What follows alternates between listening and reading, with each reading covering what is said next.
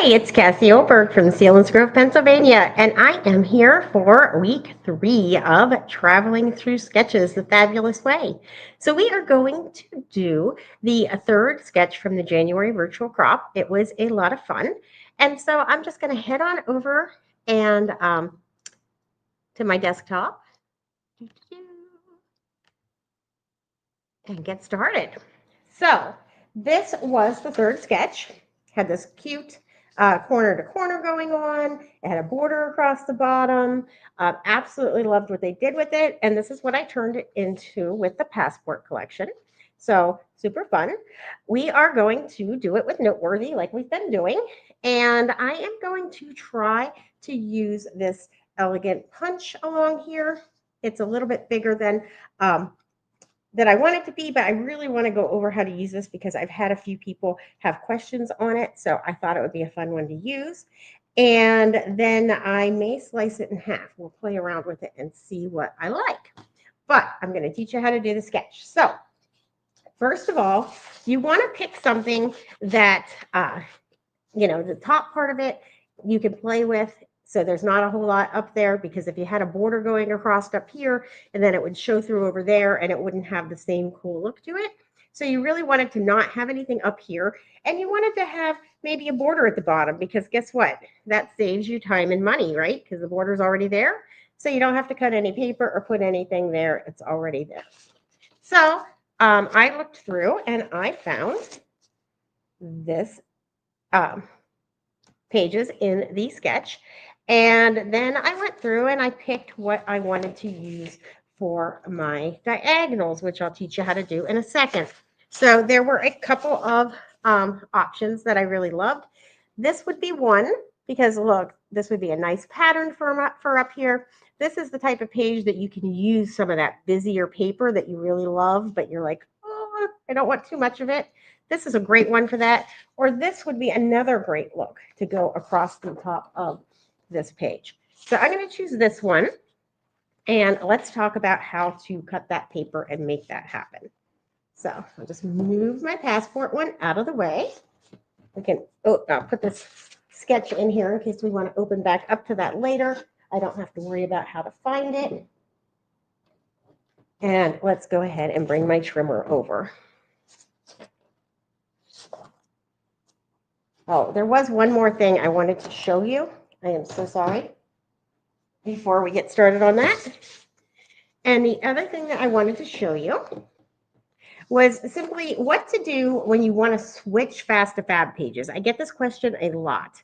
So I'm working along, and now, I finished this sketch, but maybe this page isn't really what I want to do for the next sketch. Not a big deal. When you pick your next papers that you want to use or your next pages you want to use, a really great thing to do is to just kind of wallpaper the page with the pictures. You can cut them and piece them together like a beautiful puzzle. And it's a great way to cover that page and then have it still go with this one because you're not even seeing any of the underlying part. And then you can flip to the pages you want to use for that sketch. So I just wanted to go over that very quickly. Okay, so let's move that out of our way. Glad I put that paper in there to help us. Now, we are going to cut our paper.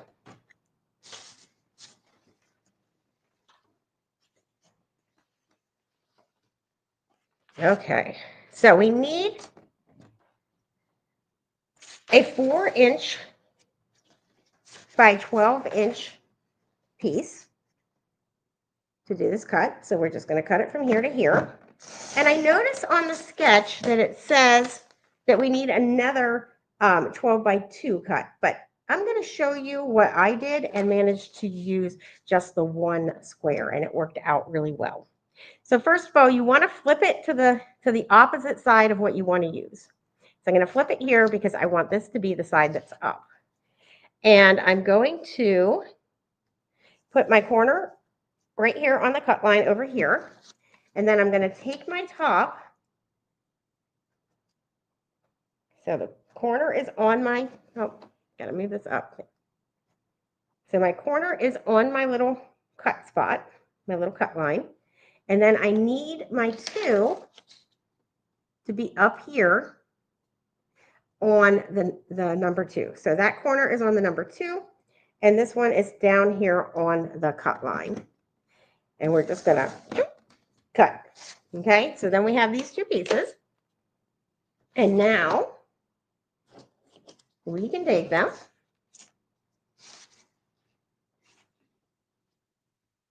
and go. Why do I put my tape out of reach? That is just silly, silly.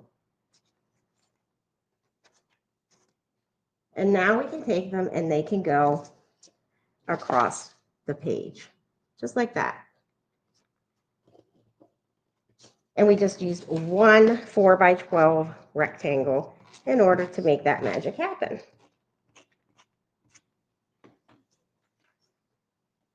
So that's going to go there.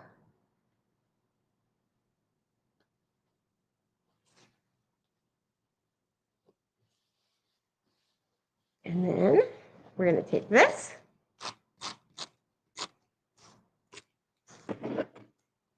and it's going to go right here.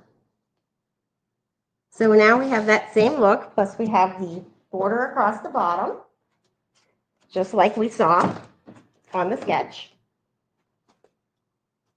And of course, I threw my album on the ground. Okay, so now this is going across my page. Now the next thing we want to do is just add some borders. I mean, really, that's the main part of the sketch, right? We already have this part done. We have this part done. We can mat some pictures in the center. I'm going to show you how I switched up the sizes. And then we have a border across here and a border across here. And I am going to take, and this is, I'm just going to leave it. I like that border, right? So what I'm going to do is teach you how to use the elegant border punch. This one has a little bit of a trick to it. So let me get centered here on the camera. So as you know, with a border punch, it cuts between the black lines. So this is the section that's going to cut, and it's kind of tiny on this one. And if you look, there's 2 triangles on this one, 2 blue triangles. And when we use the blue triangles, those are what make it so that we can line it up. So I'm just going to take my hot fudge cardstock. I'm going to start it at the black line. I'm going to punch. And now I'm going to move. Now, the first time you do it, you're going to line up on the first triangle. After that, you're going to have a series of 2 triangles. And so you're going to line them both up. But the very first time you punch with it, you're actually going to line up on just the first triangle. And that's the part that I noticed some of my girls were having some trouble with. And so I wanted to make sure I went over that. And that's why I chose this particular punch for this page, because I wanted to do that sooner rather than later. And see how the triangles are in a little set. So if you look at what's left on my paper, there's a little tiny sets of triangles. Set of triangles, bigger space, set of triangles, little space. So that's how you're going to do that. So now let's take a look and see how we like this on our page. Set back up here. So this just feels a little bit too big for me. So I think that what I'm going to do is just take this punch and I'm going to slice it right down the center. So I'm going to line it up on here. And if you look through the little holes, so I'll show you what I mean. There's these little holes in the center. So if you put this down onto your trimmer, you can see the cut line through the little holes. And you put this down. If you're worried about it wiggling, then you could add a little repositionable tape to hold it down with, but I felt like I'd be okay. Okay. And now I'm just going to take these 2 pieces and they're going to go across here. I'm happy with that. I'm glad I decided to cut that.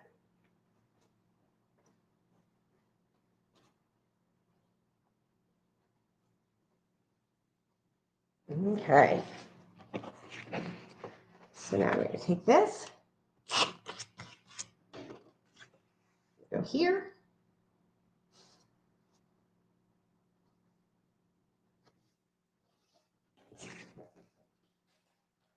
What's so super fun is that we get these sketches and then you can just do them over and over again with different collections, different borders, add different things, and you get a little bit different look every time. So it's one of my favorite things about the virtual crop.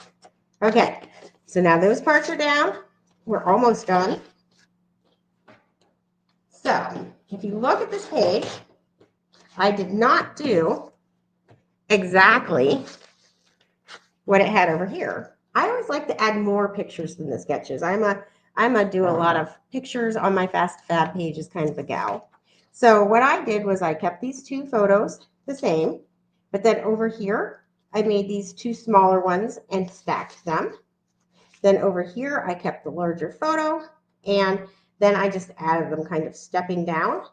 And then I just added a little bit of embellishment and title, and bam, I was happy with my page. So that's all I did. Okay, I hope that helps, and I hope it helps you with how to build on a Fast Fab page. Thanks so much, and have a great day.